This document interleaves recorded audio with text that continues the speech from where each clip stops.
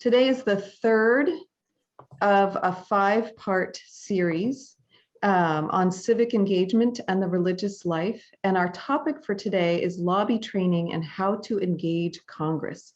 So we've just been really fortunate to have members of the Friends Committee on National Legislation doing some training with us and some sharing about their history with advocacy. And so today we will be hearing from Sarah Freeman Woolpert, who leads the advocacy teams program at FCNL and leads a network of hundreds of Quakers and Friends lobbying to build congressional champions for peace and justice.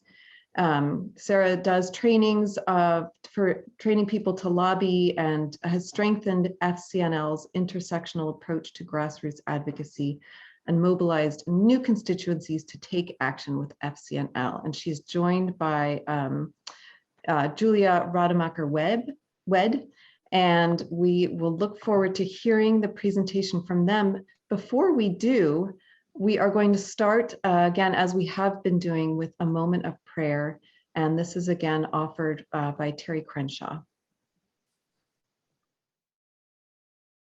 Dear Father, Mother God, we come to you at a moment when many of us feel disturbed about the multitude of wrongs apparent in our world. Sometimes we feel paralyzed with uncertainty and despair and powerlessness.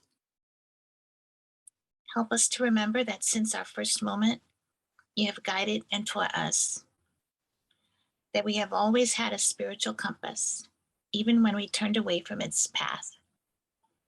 Let us not sit quietly as evil advances. Let us not seek refuge in crafting the perfect words when action is required to meet it. As always, the tools are at hand to repair what is broken. We need not feel wise enough, nor strong enough, nor pure enough. The wisdom is from you. The strength is yours. And when we open to your love, the pure light shines through. May our anger become strength. May our outrage become wisdom. May your love flow through our hearts and into our hands as we work to heal the world. Amen. Thank you, Terry. Okay, so I think with that, I'll go ahead and hand things over to Sarah. Sarah, welcome. Thank you, Rebecca. Thank you all so much for having us here. It's really nice to be joining you all tonight, and thank you for that beautiful opening moment of prayer. My name's Sarah Freeman Woolpert. I'll introduce my colleague Julia in a minute. I work at the Friends Committee on National Legislation. I've been there about 4 years, and I lead a program called the Advocacy Teams, which is modeled off of other programs that essentially train people all around the country to advocate more effectively with their members of Congress.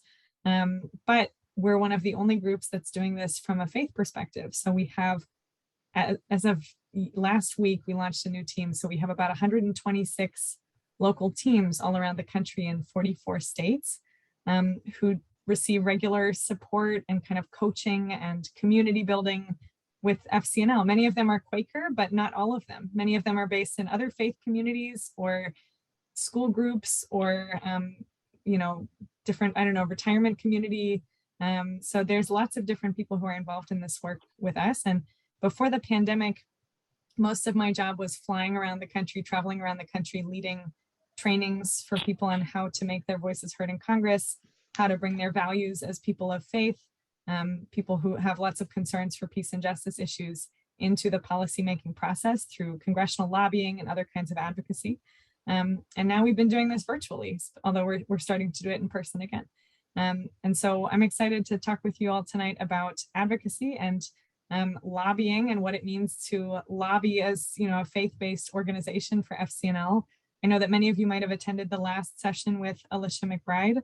I think some of you might have, at least, who talked a little bit more about FCNL as an organization, but we've been lobbying for about 80 years as a Quaker lobby for peace and justice. We have about 60 staff based on Capitol Hill, right across from the Hart Senate office building.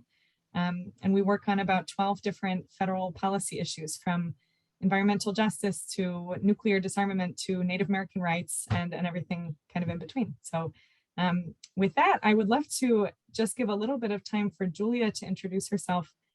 Julia is an advocate with FCNL, and I was able to convince her to join us today so that she could share with you some of the work that she does as part of this training. So Julia, go ahead. Hi, thank you, Sarah. So as has been said, my name is Julia Rademacher-Wed. I use she, her pronouns. I'm currently a college student. I'm currently living on Muskogee land in what's known as the Atlanta area. But I grew up in Potawatomi land in Chicago. So this is my first time living in the South, and it's been a wonderful learning experience to get to know people here. I am part of a program with FCNL called the Advocacy Corps, and that gets young adults together from across the country.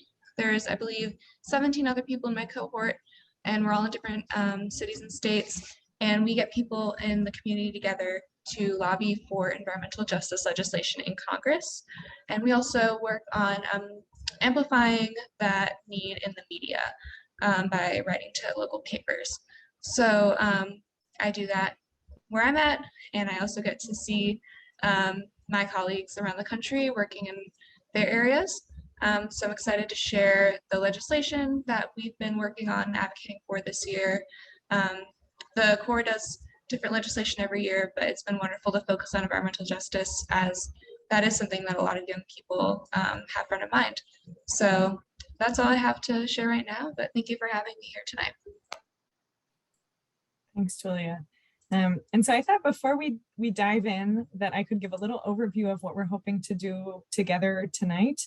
And then I would love to just invite some engagement in the chat. And I always love to see if we can make this as interactive as possible. So I would love to see if folks would introduce themselves just a little bit in the chat and share one thing that motivates or inspires you to advocate for policy change, for peace and justice.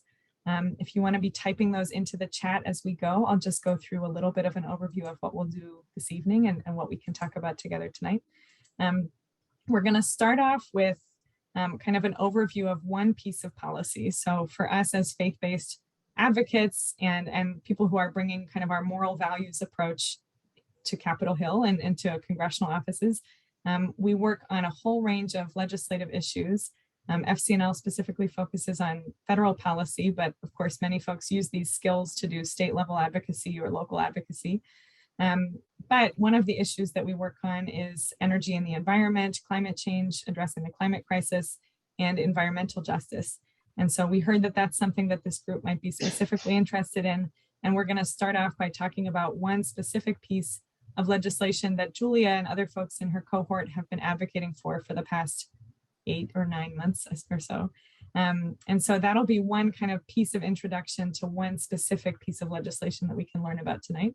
And then we're going to talk about sort of the most fundamental skill for grassroots advocacy that I train people on, which often sort of surprises people because it's maybe not what you might expect as a starting place, and that is the power of storytelling. And I know that many of you in your communities, maybe in your faith community, probably know that storytelling can be a really powerful tool to communicate our values and to connect with other people. And we try to bring that approach into our conversations with members of Congress and their staff to essentially try to transform the conversation rather than just going at it from the point of, policy disagreement sometimes, to try to bring it back to the human level at the beginning and to try to start from there. So we're going to do a little breakout room exercise where we think about the stories that bring each one of us into advocating for a healthy and sustainable environment, and all the other things that might bring you into this work. And then we'll take some time for questions. Please feel free to raise your virtual hand or put questions in the chat as we go. But then I would love to just get a little bit more into kind of the mechanics of what it's actually like to conduct a lobby visit with your members of Congress or with their staff. It's easier than you might think to actually reach out and request a meeting with your legislators, especially if you're part of a faith community and if you do it with other folks. And I'm happy to talk about this more if there are local groups or folks that you want to do this with. But we'll talk about what it's actually like to have one of those meetings in the most effective way possible. So we'll go through kind of a roadmap of how we train people to lobby and to do this as a group in your local community. And then we'll just end by sharing some ways that you can take this work forward together and kind of put it into practice. I see that folks are sharing things in the chat, many things, which is great. And I will also just say, because I just sort of remembered this today, that for those of you, I know that you're spread out in a lot of places around the country. Congress is actually about to go on recess for a lot of the month of April, which means that they're actually going to be back in their own home districts. Your House members, your senators will be back in their states for about the last 2 or 3 weeks of April. And so that also makes this really good timing to start thinking about contacting them and requesting a meeting. A lot of members of Congress are actually meeting with people in person again, sometimes outdoors, sometimes in their offices, although they also meet on Zoom and on the phone. And if you wanted to actually request a meeting with your members of Congress, with their legislative staff, this would be a great time. So it kind of just happens that we're doing this at a moment where if you put in a request this week, you might actually be able to schedule a meeting to talk with them about something you're concerned about and to meet with them as a group. So just let that percolate a little bit in your mind as we go.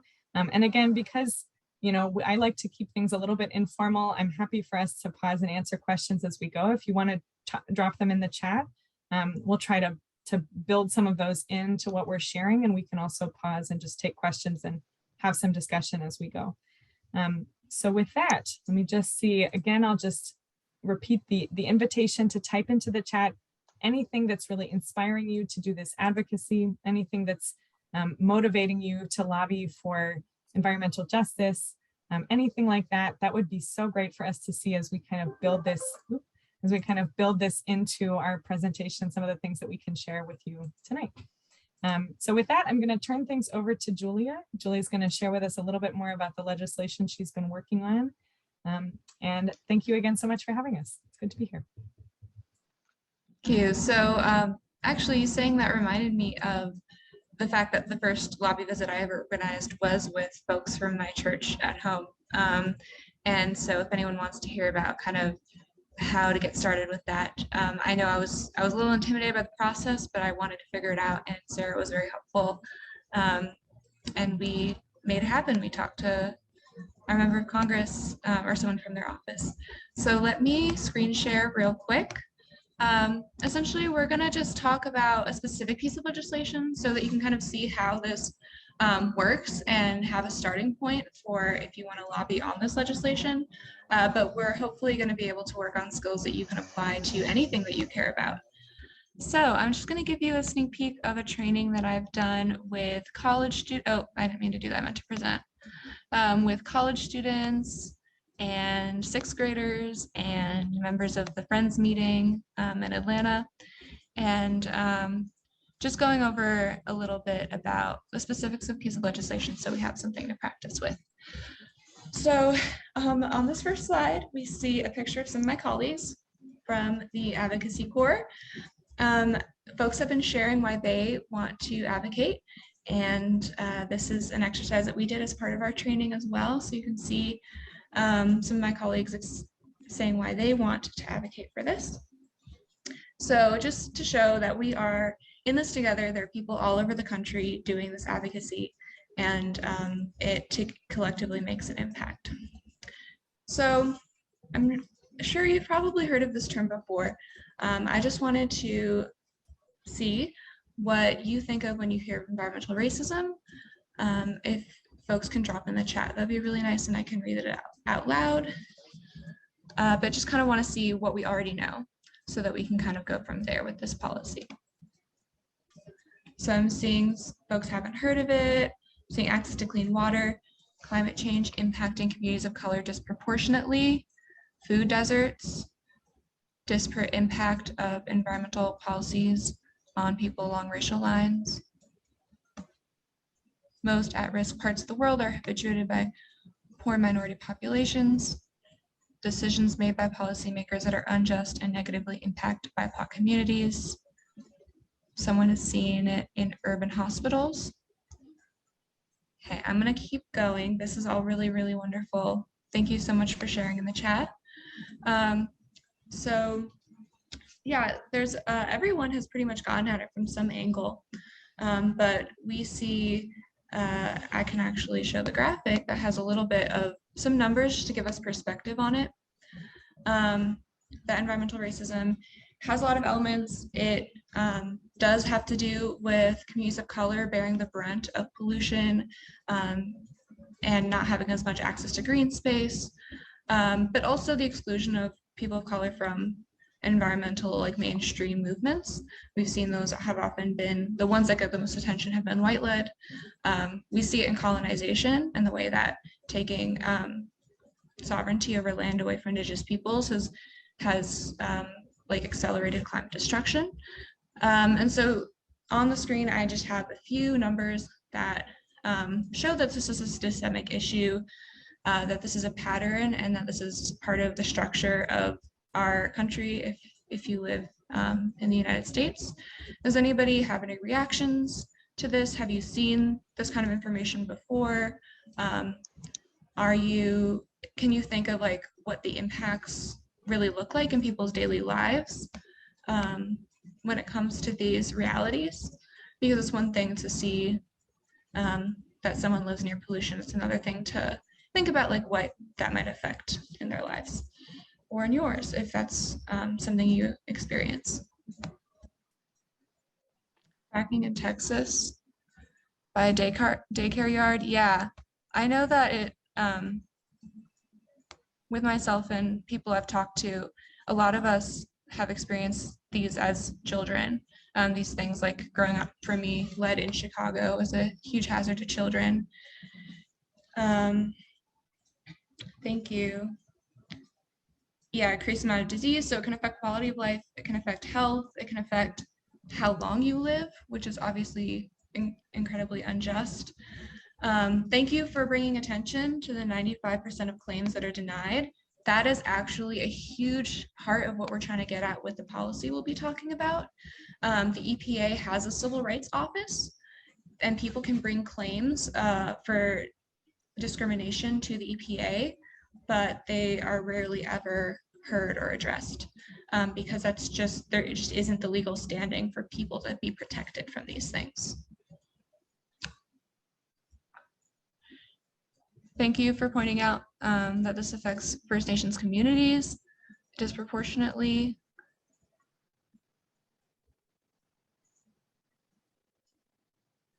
Okay, I can also try taking out the AirPods. I started without them, then I put them in.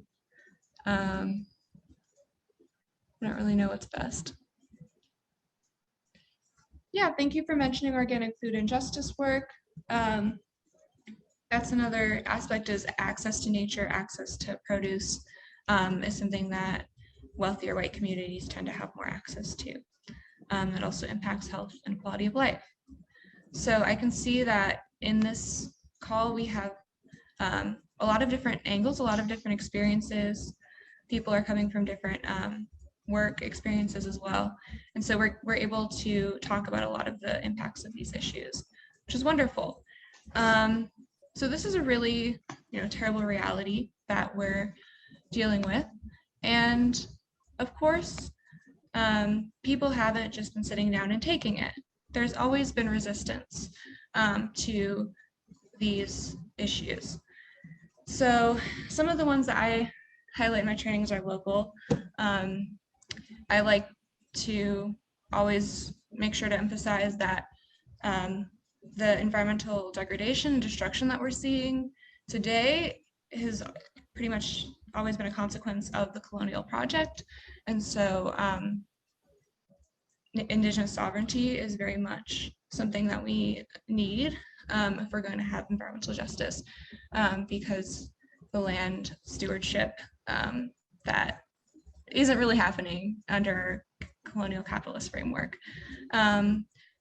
Warren County, North Carolina is kind of like the birthplace of the visible environmental justice movement. So people have always been fighting in their local communities to live in safe, clean, healthy environments.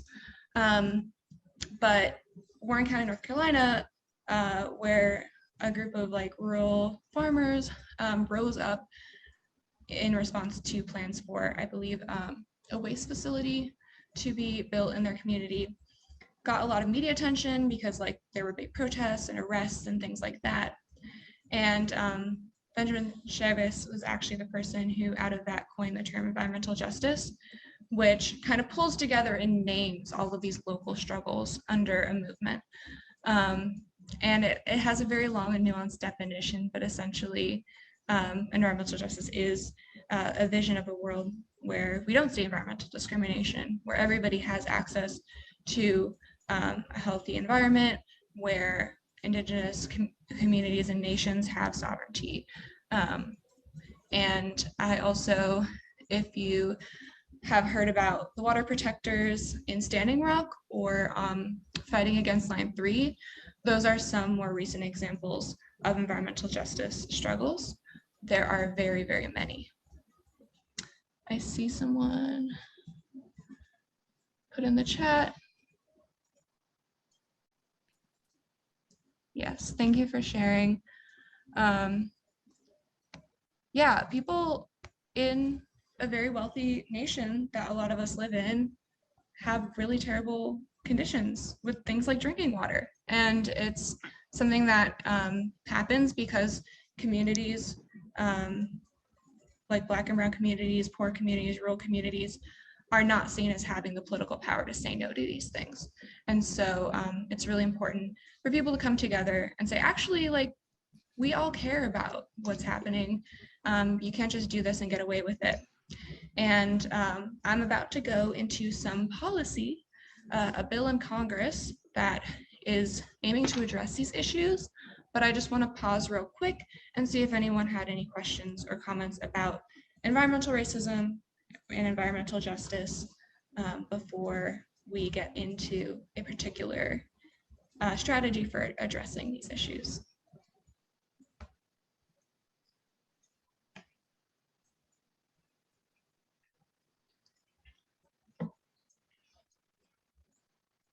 I know it's a lot to take in, and I can imagine folks are maybe thinking of examples of things that they've witnessed as well and naming it. Question. Yeah.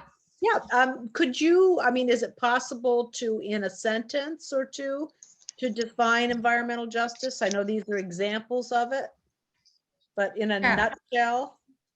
Sure. There is like an official definition from Benjamin Chavez. I'm going to see if I can pull it up real quick because it's really nuanced and I don't want to skip over anything. I don't want the EPA's definition. Feel free if folks want to drop more in the chat. I think I found it, Julia. Let me see. Oh, you got it? Right. Okay, well, let's see. Benjamin Chavez, right? Who coined the term environmental racism in 1982. Is that, am I on the right track?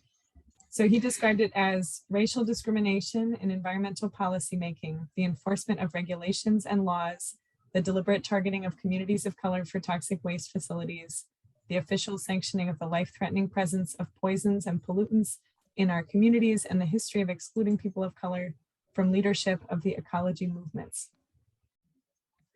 Thank you. That was the right one, but that was A1. Awesome. Yeah, that's great. And then I just pulled up, I had to stop screen sharing to find it. The definition that I have for environmental justice that I was trained with for FCNL. So this is something that affirms the sacredness of Mother Earth and ecological unity and the independence of all species, as well as the right to be free from ecological destruction. Environmental justice must recognize a special legal and natural relationship of Indigenous peoples to the U.S. government through treaties, treatment, affirming sovereignty, and self-determination. Does that help? Yeah, let me put his name in the chat. Thank you so much. Very helpful. Yeah. And thanks everybody for interacting. This is really wonderful to just hear people's voices and thoughts. So let's get to the policy.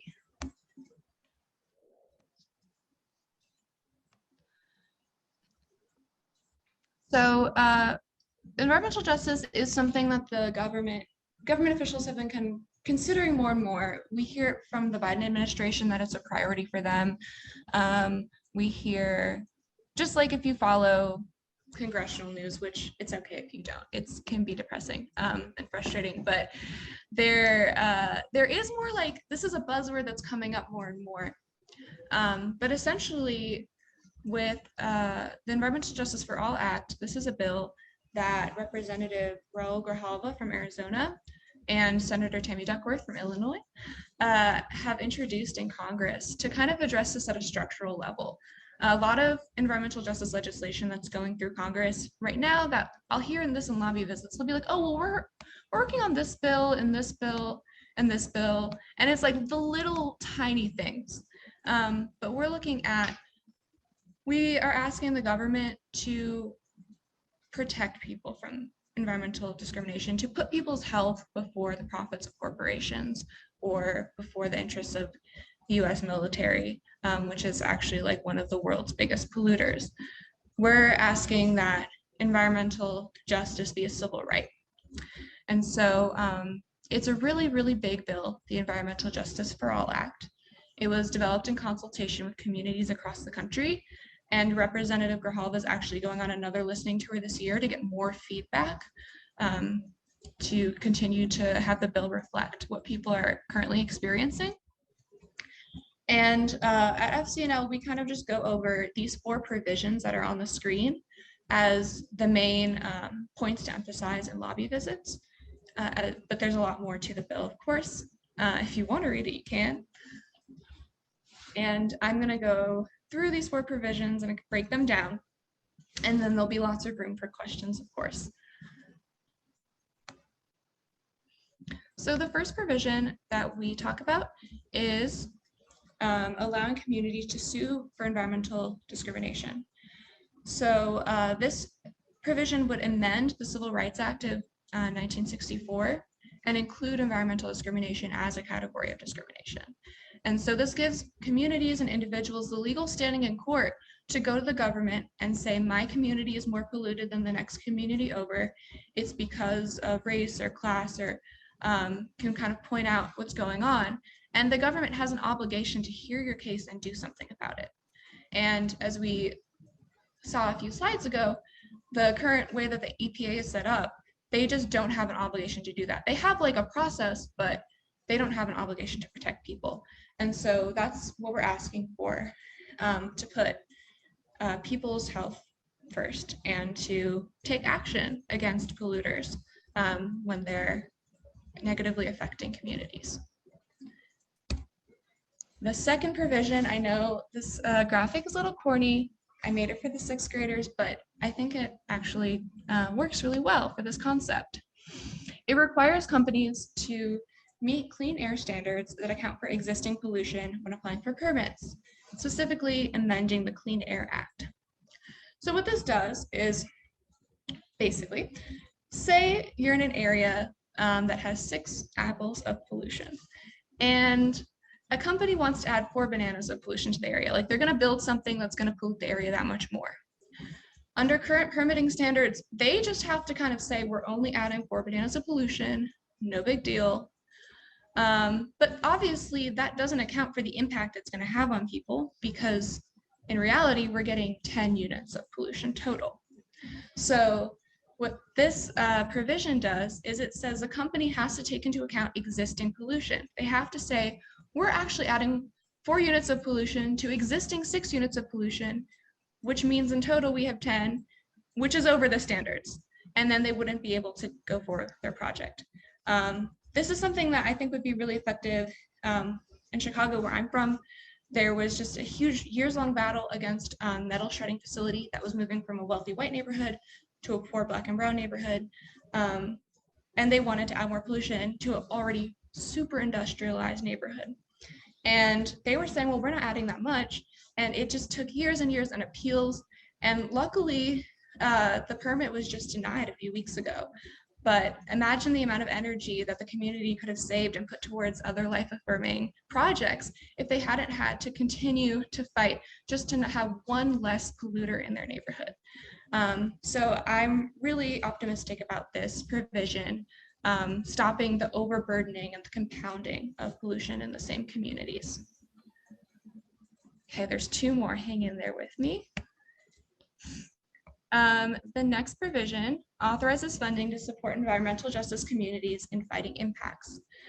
So essentially, if you're familiar with kind of the idea of equity versus equality, this is authorizing funding specifically to communities who want more green space, who are dealing with, for example, like oil wells that are leaking, or other types of like pollution that needs to be addressed from like it's like left over from something. They can get grants from the government. And so it's supposed to be authorizing funding specifically to communities that are the most marginalized in this particular way. And then of course, that funding would have to be appropriated in the budget. And then the last provision that we'll be talking about is the establishment of a Just Transition Advisory Committee. And this provision is really mindful of the fact that there are a lot of folks who live in communities that face a lot of pollution, but also their jobs depend on the fossil fuel industry. And we know that with the market and with climate change and more people being environmentally conscious, a lot of companies are looking to move towards greener ways of deriving energy, and that this might mean that people lose their jobs. And so being mindful of that, element of everything, this would establish a committee within the executive branch that allows interagency cooperation so that they're coordinating and trying to figure out, set up programs, set up plans to make sure folks don't get left behind because they lose their jobs. This provision doesn't accelerate the green transition. It just accounts for the fact that this is already happening and we don't want folks to get left behind economically because of the direction that things are going in. So thank you for all that. I'm just going to put all four up on the screen in case you have a specific question. The next thing I'm going to talk about is where the bill is in Congress right now and kind of what needs to happen next. But I just want to make space for questions about the provisions real quick. Any question is a good question.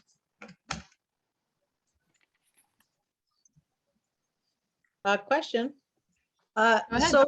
So these you're in process with these? Yeah, I'll talk about where the bill's in Congress right now, but essentially this is a bill in Congress and it would do these things. And we're trying to get it passed into a law. And could you speak, if you are able, you might be too early, but is there quite a bit of resistance to this, or do you find a friendly reception? Yeah, I can speak to kind of what I've been hearing from my colleagues. So I would say that there are a lot of offices that don't really have an issue with this. It's just not really their priority. It's not as much of a hot button topic as some other things. And a lot of offices have been clogged up with the infrastructure bill and the budget and now the war in Ukraine. And so it's just not always a priority.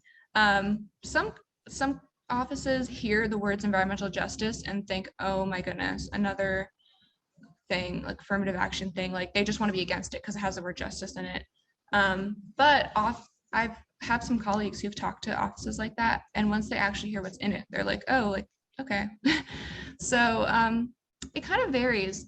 There hasn't been a lot of specific push, like there isn't like a coalition working against the bill or anything like that. But there are people who are worried about passing something that seems so like race conscious and things like that. That's a big topic right now. I see we have some hands up. Sarah, would you mind calling on people? I can't really see that right now. Sure, I see Esther's hand. Oh, hi. I think that you have done some of it, but I was wondering if anybody has looked at this bill from a system dynamics point of view. And I could see from the Just Transition Advisory Committee that has certainly been looked at a bit. And I'm wondering if it has been looked at in depth from that point of view, from a system dynamics point of view. Thanks. Thank you. So as we'll see later in this training, I kind of do things from an advocacy perspective, which doesn't necessarily mean that I work on the policy myself. And so that's a question we can talk to folks at FCNL or talk to folks who are working on the bill to get you more information about that. But I just haven't actually I don't have enough exposure to the process to answer that right now. Thank you, though. That's a really great question. I can also just jump in and say, I'm not sure if we mentioned this, but essentially at FCNL, we have professional lobbyists who work on Capitol Hill and are usually lawyers and policy experts. And then we have kind of our grassroots folks, which is what Julie and I do. But Clarence Edwards is our lobbyist on environmental justice and also on all things related to climate change and the environment. And anyone who has any additional questions or wants to lobby on this, we would be really glad to go back to Clarence and to share some of those questions and to kind of, engage him in some conversation with you all, because he loves to talk about it. He's really passionate about it. He grew up in Baltimore and he talks about the incinerator down the street from his community. So we would love to take questions back also. And I'll put my email in the chat if there are questions that I can bring to Clarence tomorrow. Any more questions for me?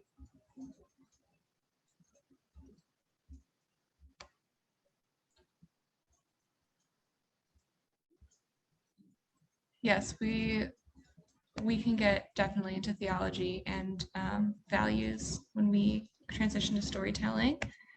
Let me, just a quick update. So yeah, I had to bring Bill back. Quick update around kind of where the bill's at. So we know where we're advocating for, kind of getting at the last question about what are we doing with this? So the Environmental Justice for All Act was introduced in the House and the Senate in March 2021. And it currently has 93 co-sponsors in the House and 12 in the Senate. And if you know a little bit about Congress, there's 435 people in the House and 100 in the Senate. So that's not a super significant fraction yet. And that is a place that we really are working on. That's something I'm working on. I'm in a district where all of my representatives in Congress agree with the idea of this bill. And so it's just a matter of nudging them to actually get active on it. Because co-sponsorship is essentially when a member of Congress says, I'm putting my name on this bill. I want to advocate for this. I think it's a good idea. And if it goes to the floor for a vote, I'm going to vote yes for it.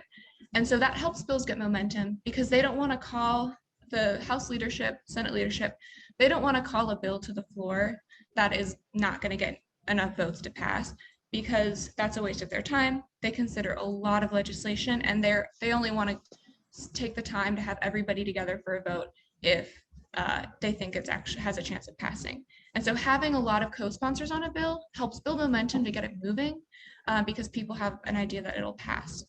And so luckily, the bill has really enthusiastic sponsor, Representative Grijalva, and he's the chair of the House Natural Resources Committee.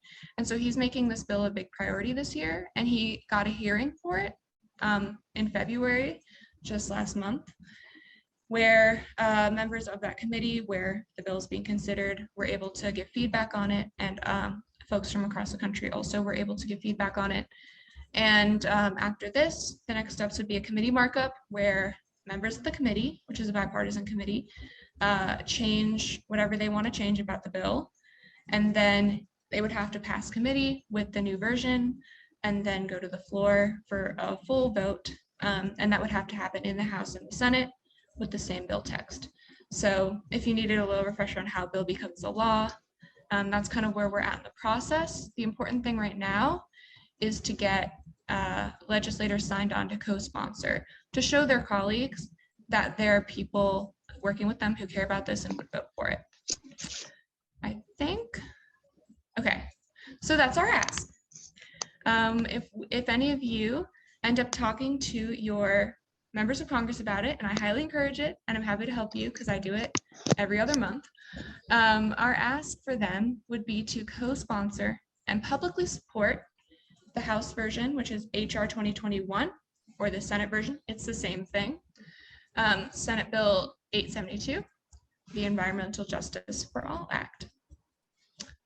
Okay, I see a chat. Oh, thank you, Sarah. I'm gonna stop sharing so I can see everybody. That is what I brought to share with you about the Environmental Justice for All Act. Are there any questions at this time?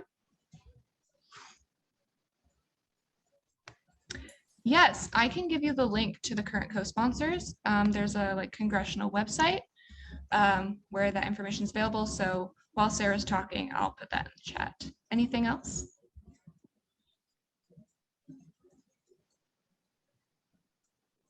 Okay, thank you so much for listening. All right. Thank you so much, Julia. I always love to learn. I work on a different issue than Julia does at FCNL, and so I always really love to learn about the other work that folks are doing. And I really appreciate you bringing all of that with us. Julia, I know that she said this, but Julia actually trained a group of, was it 6th graders or 4th graders? How old were they? Yep, I trained a group of 6th graders to lobby in February. And I always find that to be reassuring to learn how powerful and influential kids can be at lobbying, because at least for me, I have a feeling this may not apply to some of the folks on this call, but I don't consider myself a policy expert whatsoever. I like to tell people that it's really important to know that in order to lobby your members of Congress, you don't need to be an expert on a policy issue like environmental justice or what I work on, which is ending US support for the war in Yemen. I didn't know anything about it 3 months ago, and now I'm lobbying on it all the time and talking to everybody about it and training people on it.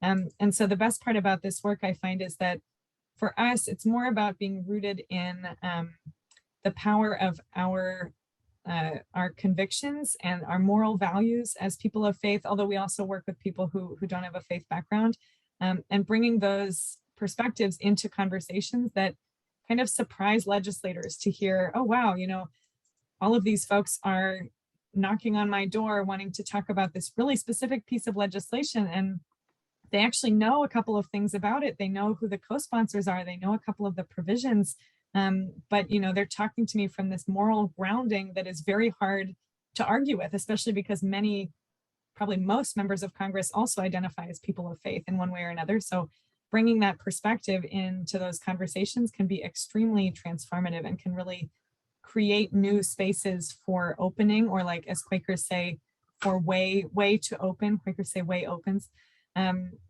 sort of we look for the spaces where that space can be created. And so with that, I wanted to pivot us to the next piece of this, which is usually where I start with any group that wants to either lobby Congress or just kind of curious about what this might mean for them to start thinking about doing this work either individually or as a group. Which is about storytelling, because I always find that storytelling is the easiest entry point to policy work, to, you know, any kind of, you know, understanding of a policy issue, because at the end of the day, what we're trying to do is to transform these very depersonalized, very wonky, inside the beltway kind of conversations about policies that actually are affecting all of our lives in one way or another. And the more that we can bring it back to sort of the human impact of the things we're talking about, and to take it out of kind of the back and forth ping pong match of, you know, lobbing different arguments back and forth at each other, the more that we can try to create a different conversation and space for there to be more feeling of common ground, even when that's really difficult. You know, I work with people from Arkansas to Alaska to, trying to think where else, to Maine. You know, we've got folks in almost every state across the country, except maybe North Dakota. That's the one state that I haven't, you know, found anybody to lobby with me. If you're in North Dakota, let me know. So I thought that I would start us off by talking about storytelling and doing a little exercise together. Of all the different people I talk to across the country, that's the most powerful, transformative thing that they're doing in these conversations. So I'm thinking of one example specifically recently. There was an advocacy team. We have an advocacy team in Nebraska, and they were lobbying Representative Bacon's office. It was their first time trying to, you know, meet with his staff member. They were kind of nervous, and, you know, they weren't really sure because they weren't sure that we were in agreement on the policy issue we were asking him to support. And they met with the congressional staffer, and they started by talking about their faith. Many of them are Quakers, and they talked about their concern for children and all the children in their lives who they care about. And, you know, in Yemen, it's the world's worst humanitarian crisis. That's what they were lobbying on. And there's a child dies every 75 seconds in Yemen of famine with a war that the US is supporting. So they talked a lot about their values and their concern for children. And it turned out that this congressional staffer, he kind of was moved by the stories, but he also said that his grandmother had been saved or given sanctuary by Quakers in World War II. And that although he was, I think, on a very different political side of this issue, if we just look at it as sort of red or blue, he really resonated with the fact that this group was coming as a faith group, that they were connected to Quakerism. And he started telling this story about his grandmother and what he'd heard from his grandmother about, you know, connecting with and sort of being supported and helped by Quakers in World War II. And the interaction was so different. You know, it was like an emotional experience for this whole group because they now have this really close connection to this staff member who they may not otherwise have had any real sense of connection with.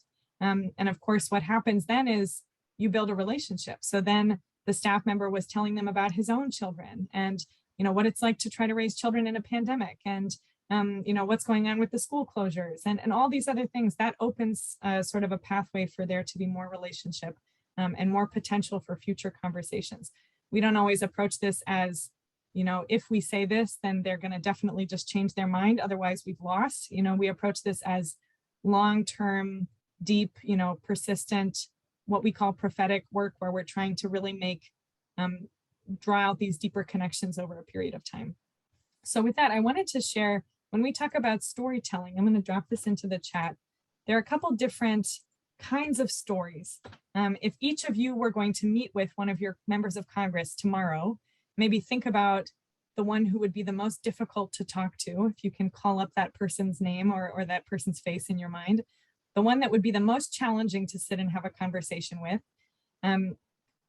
When you think about what's a story that you could share with that person to communicate your values as a person of faith, the values that lead you to your concern for environmental justice, to your concern for the environment more broadly, and think about some of the stories, the moments, or the experiences in your life that lead you to that concern for the environment or for environmental justice. There's 3 different kind of types of stories that we tell people to think about, especially when it's hard to sort of call up a story in your mind. A lot of people, you know, I train people on lobbying on Yemen, and most people say, well, I have no idea what I would say about Yemen. I've never been to Yemen. You know, I don't know anyone from Yemen, and that's kind of where it stops. But we train people in these 3 different kinds of stories. So the first kind is probably the most intuitive, which is direct impact or personal impact. So that's when an issue like environmental justice has directly affected you or your community. Just like our lobbyist Clarence, who grew up kind of down the street from a big source of pollution. And he can see directly how it affected his community in Baltimore. That kind of story is the one that we mostly think of when we think about what kind of story I might tell about how this issue's affected me, something personal. Those stories should only be told when you feel comfortable. You know, we just trained hundreds of young people a few weeks ago, many of whom are undocumented, on lobbying for a pathway to citizenship. And we told them very clearly, you know, make sure that you feel comfortable. If you want to share a personal impact story, that can be very powerful, very moving for staff to hear, but you should never feel that you need to share it if you're not comfortable. But then there are 2 other kinds of stories, and these are the ones that I usually rely on as someone who lobbies mostly on wars in other countries that I've never been to. One of them is called the moral values story. So that's the story where, at least the people I usually are training, you know, if it's Quakers, they might say, growing up as a Quaker, I was taught in my Quaker meeting to seek that of God in each person. And I remember sitting in the meeting house on Sunday morning and, you know, watching the children playing in Sunday school. And I remember thinking about, you know, how important it was to me that all these children in our community had an equal opportunity, et cetera, because of my values as a Quaker. And that's why I'm here today to talk to you about environmental justice for all, because I see that this is one, you know, example of how all people are not being treated equally, and we're not honoring that of God in each person, for example. That's kind of a a very rough version of what a moral values story might sound like. But for folks like us who come at this from a faith perspective, it can be a very moving process to think about what that story would be for you. And then the third kind of story is actually the one that maybe I said this already, but this is the one that I use the most. This is what I call the turning point story. So anyone can tell one of these stories, whether or not you have a connection to an issue. It's basically, I was going along in my life, I didn't realize that this was a problem. And then all of a sudden, something happened. And I realized that this was a problem that affected people close to me, or something that I wasn't so far away from. Maybe it's, I was watching my children playing in the backyard, and then all of a sudden I saw this news report online or come up on the TV, and it was talking about the famine in Yemen. And I thought to myself, wow, those children are no less precious than my own, than the children I'm watching right here in my own backyard. And so it's some kind of moment where a light bulb clicks on, but you tell that story in a way where you describe the scene and you talk about what it felt like and what it, what it sounded like and what it was like to really be in that moment. Those are the stories that we really center our advocacy around when we do a lobby visit. I'll say that I've been on advocacy teams in Illinois and Georgia, and it's just really cool to see people really take initiative. And once a few people learn these skills, they share it with others, they get other people together, and people take different turns doing different things. And so you can really walk into a congressional lobby visit with what you learned today. Like, I know you might not feel like you have a full grasp of all these policy things, but it is the job of congressional offices to talk to constituents and hear what they're saying and advocate for us in Congress. They want to know what people are voting on. They want to know what you want them to do. And so they're used to talking to people who are professional lobbyists, and they're used to talking to constituents, and it's part of their job.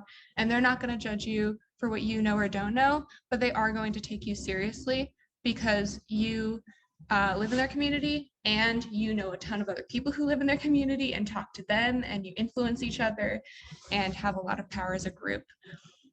So real quick, I just wanted to provide an overview of something that you can find on the FCNL website. Here's a link to it if you're interested. And this is kind of the last step to actually planning out your own lobby visit. And so you have the information from the training, which of course, if you need any help with, we can always help you with it. But like what you do to take that information to your member of Congress is you essentially write out a script like you're in a play. And that way, if you get a little nervous, you have everything planned out, you won't forget anything. And this is a fillable PDF on the FCNL website. You can also print it out. You can make your own script in a font that you like. It's just really a starting point and a template. And so if we were doing a lobby visit, for example, on the Environmental Justice for All Act, you could just start filling this in. There are a few different roles that people can take in lobby visits. One is a group leader who is going to be the person kind of facilitating the meeting, keeping the flow going. There's some suggestions on this sheet for different things a group leader might do. Note-taking is very important as well, because if you walk out of the visit and you don't remember what happened, then it's hard to move forward. You want to be able to go to your next visit as you're building relationships, saying, oh, last time you said you'd do this, or last time we mentioned this, and be able to use that as a starting point for what's next. And if you lobby with FCNL, you want to let FCNL know what happened in your visit, because that can also inform the actions that the professional lobbyists take. Essentially, in a lobby visit roadmap, there are a few things that we try to do every time that are just kind of conventional things that are expected or that help through experience have helped conversations go really well. So it's really great to start with introductions so that they know who's on the call. In a faith community, there are so many different people, different ages, backgrounds, careers, who come together united through their faith practice. And so we represent a lot of different people with different interests in the community who our Congresspeople probably want to know like what we're thinking. So this is a really great space to show them like, oh, like you're an architect and you're interested in this, and you're a student and you're interested in this, and like you all care about the same thing. Then you always want to check in with them about how much time you have, because they might tell you they have 30 minutes and then the day of they have like a meeting they have to run to and you have less time, and you just kind of like need to fly through things a little faster or cut a few things out of your plan. So it's always great to check in on this rather than getting cut off at the end of the visit in the middle of a sentence. So after you introduce yourselves and ask how much time they have, you always want to thank them for the work that their office is already doing. It just helps with the politeness and the acknowledgement that you're not just coming in them asking them to do stuff and telling them they're not doing it right, but to say, hey, we see that you're working hard on something that we value, and thank you for representing us. And it can really be anything, but it's really wonderful if you can connect that to what you're asking. And so, for example, if your congressperson has been really supportive of solar energy, or really supportive of like grants to communities for green space, like those are things that you could thank them for at the beginning of the visit to recognize what they're already doing. Then you want to let them know what your ask is. And with our example, it would be to co-sponsor and publicly support the Environmental Justice for All Act. And this is something we're going to repeat throughout the course of the visit, because if there's one thing you want them to remember when you get off, it's what you were asking them to do when you get off the call, that is, if you're lobbying over Zoom. Next, you will have a few folks in the group tell stories. So it's really great for us to each have our stories and know why we're here. But ultimately, there's no pressure for you to tell your story if you don't feel ready.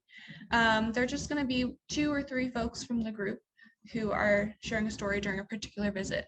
So that's kind of somewhere where a group can take turns doing that. And that way, not everybody has to share if that's not something they feel comfortable with. This is really important, as we discussed, is kind of the core of the visit. It's like, why are people in this congressional district thinking and caring about this issue? Then you have the kind of discussion part where you can ask the congressional staffer questions and they can ask you questions. And that's kind of the conversation that is a little bit less scripted. And it's a really great time for you to get information on where their office is coming from, what they might be open to doing, and asking them kind of, okay, if you won't do like one thing, are you open to doing something else? And that's kind of where the adjustments can happen on each side that help you inform your next contact with that office. Then you'll repeat the ask so they know exactly what you came here to do. And then you can also designate someone to follow up with the congressional office so that you can keep the conversation going after the visit. You always want to say thank you and be extremely polite. And then additionally, you also want to report back to SCNL so we know how it went. And we also encourage people to do kind of a pre-meeting where they run through it and sort of role play it together as a group. We have all sorts of, trainings and ways that people can kind of shadow a lobby visit. And one last thing I'll say is that a lot of our teams also form statewide networks. And so like all the teams in Pennsylvania, all the teams in Montana, all the folks in Florida, Nebraska, like there's different sort of statewide networks. So sometimes they collaborate on their strategy for their senators together. We have like 10 teams in California and they do lots of strategy together. So I could talk about this all day. I will just say, and I'll put my email again in the chat. If there are other questions, I would love to connect with you, and I would love to share more ideas or just to learn what motivates you in this work and how we might be able to collaborate in the future. There are other things that we can suggest that maybe I'll send to Rebecca afterwards to send out in the follow-up with the call, with the recording, excuse me. So there are different links that you could also use to send a letter to your member of Congress online, that you could include your story there if you came up with a story tonight that you want to share with them, and some other ways that we would love to collaborate with you if the advocacy teams, or if lobbying is still a little bit too intimidating or something to dive into. With that, Rebecca, I don't know if you want to say anything in these last kind of few minutes, but I'll just thank you again for having us here. Thank you. I think we're all coming from different churches around the country. And I imagine that many like me are imagining themselves going back to their local church and how do I communicate this now to my little group and encourage them, we got to do something here. So I'm rehearsing my own version of this, but I'm not an expert, so I think the next step for us is going to be how do we work this in on our local level? And I can see us individually wanting to reach out to you again for assistance, maybe with accessing a local advocacy group. or a team that we could hop into or whatnot. So I think that's the next step for us, is how do we then take this conversation into our little local context. But this has been fantastic, and I think all of us are probably, our heads are spinning with how can we get this going now. So that's yeah, great. thank you. And I'll also just say that the advocacy team folks are so friendly, depending on where you live. I know someone's in Oregon. We have so many folks in Oregon, and like anyone who wants to lobby with them, they're so awesome and so warm. People get together now, they have picnics, you know, they like invite their members of Congress to their picnics. There's a lot of really cool stuff that people are doing. So if you're interested at all, I would be glad to connect you with somebody, or, you know, we have new member trainings, other things like that we would love to have you at. But let's keep the conversation open. Again, I shared my email in the chat, and you all know how to reach me, and I would love to continue to, you know, find ways to collaborate.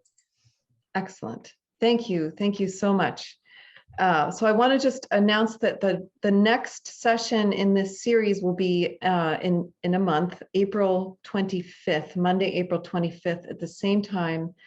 And the topic will be, how do I raise my voice? Where do I go from here? So we will be continuing this conversation. So please come back in a month, and in the meantime, let the inspiration simmer and work its way out in whatever way makes sense in your context. So thank you, Sarah and Julia. We will definitely be in touch. Thank you. Thank you so much. Thanks, everybody. Thank you.